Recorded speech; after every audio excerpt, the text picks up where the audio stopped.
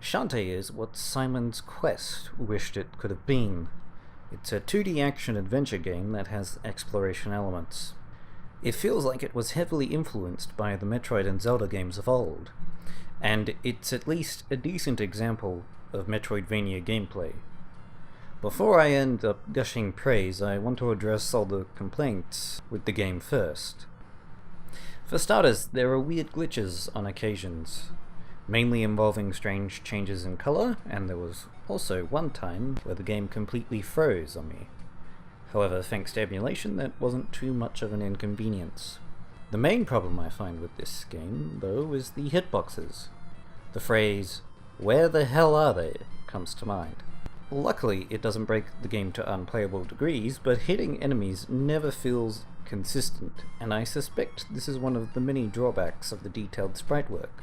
Also, one thing this game didn't fix from Simon's Quest is the lack of a map. It always helps to have a map, and in these kinds of games I would say it's essential in helping the player navigate with little frustration. Navigation is also made difficult due to the inconsistency of the platforms, background objects, and objects you can interact with. The tutorial level is a great example, as you can walk through some barrels and crates, but not others.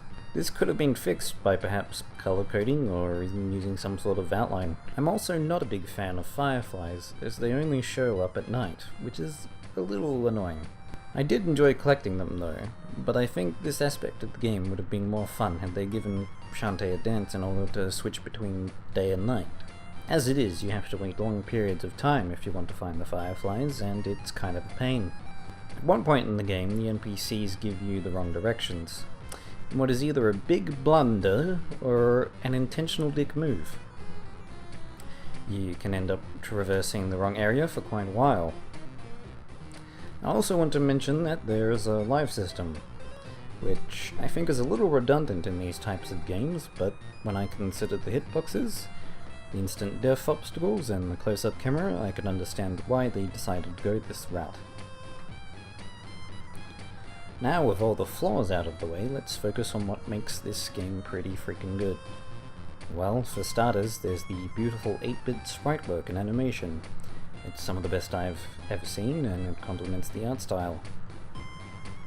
The character designs are nice, and would eventually lead to WayForward's signature style with the likes of Mighty Switchforce. The soundtrack is another positive. It's catchy 8-bit goodness, and while I won't say it's the Game Boy's best soundtrack, it's better than a lot of modern soundtracks and suits the game well. One of the key mechanics of the game is dancing, which allows you to transform and eventually travel across the world easier. Dancing is a fun mechanic, and while it can have moments of tediousness, it seems like a pretty clever way of working around the Game Boy limitations without having to navigate through menus. The transformations are pretty cool, and they have balances to make them all rather useful. For example, the monkey transformation has momentum and is harder to control. I also love the design of the labyrinths, which are basically Zelda dungeons in a side-scrolling style. You can also draw parallels to the mentioned in Simon's Quest. They're fun and have plenty of puzzles and gimmicks that keep things feeling fresh.